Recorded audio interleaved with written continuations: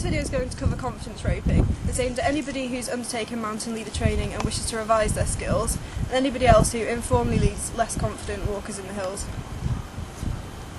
So mountain leaders spend much of their time leading groups of mixed ability over rough ground, and it's not uncommon for them to find members of the group struggling or unable to continue due to fear.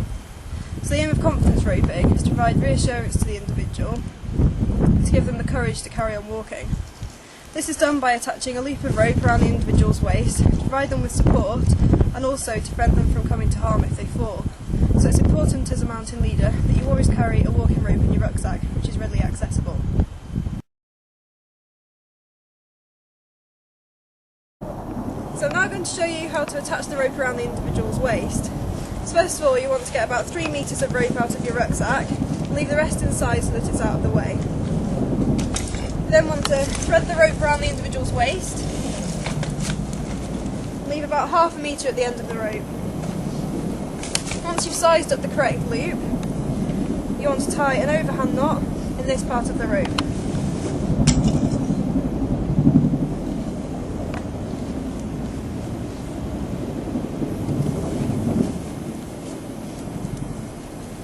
Thread this back around the individual's waist. Underneath the overhand knot, you want to tie a slip knot.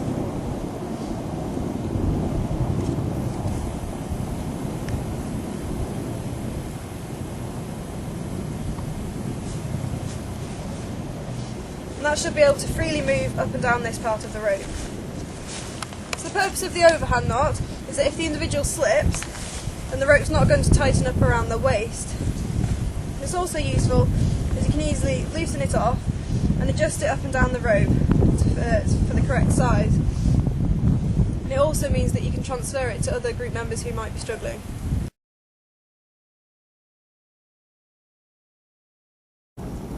So when you're preparing to walk, you want to make sure that you hold the rope with your hand on top and little finger pointing towards the individual. This is because if they slip, you can easily rotate the wrist, which will prevent the rope from sliding through your hand. Whereas if you hold underneath, it's more likely to slip out of your hand.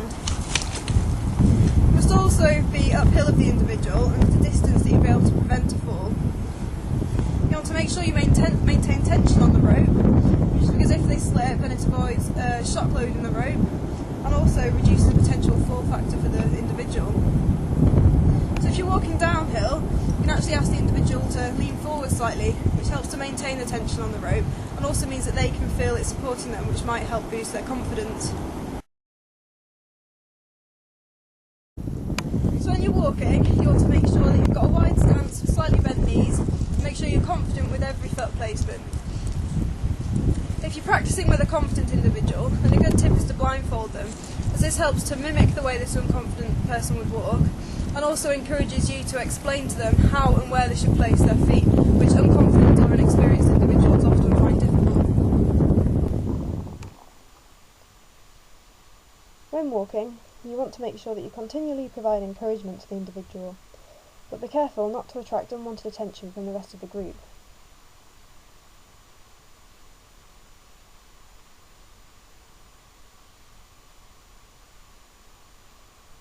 As you can see by that slip, the rope helped to support the individual so that they didn't hurt themselves. It also meant that they were able to quickly stand up and carry on walking.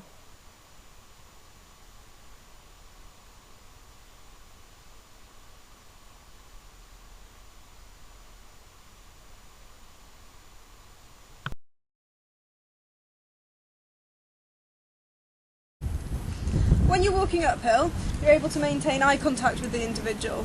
It's a good idea to do this as it helps to distract their attention away from the source of their anxiety. It's important that you always keep one hand free to help you balance, particularly on loose terrain like this.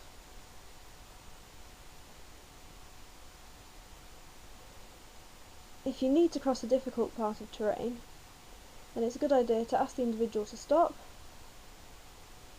until you have crossed safely and have a firm stance, before asking them to continue.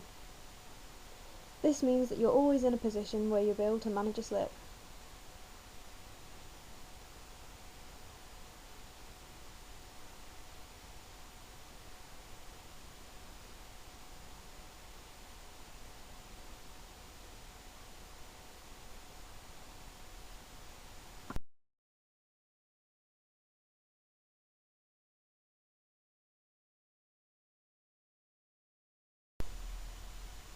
This video has looked at when to use confidence roping,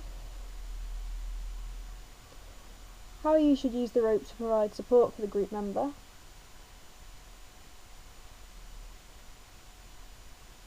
how you as a leader should walk safely on the slope, and how to move together on the slope.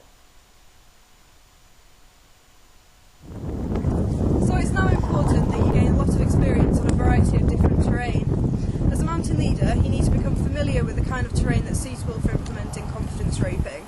For example, if the terrain starts to turn into more of a scramble, then it's safer to find an alternative route or to spot the individual than it is to confidence rope. So it's a good idea to begin on easier terrain, such as a steady grassy slope, until you're confident and familiar with implementing the basic techniques. Then you can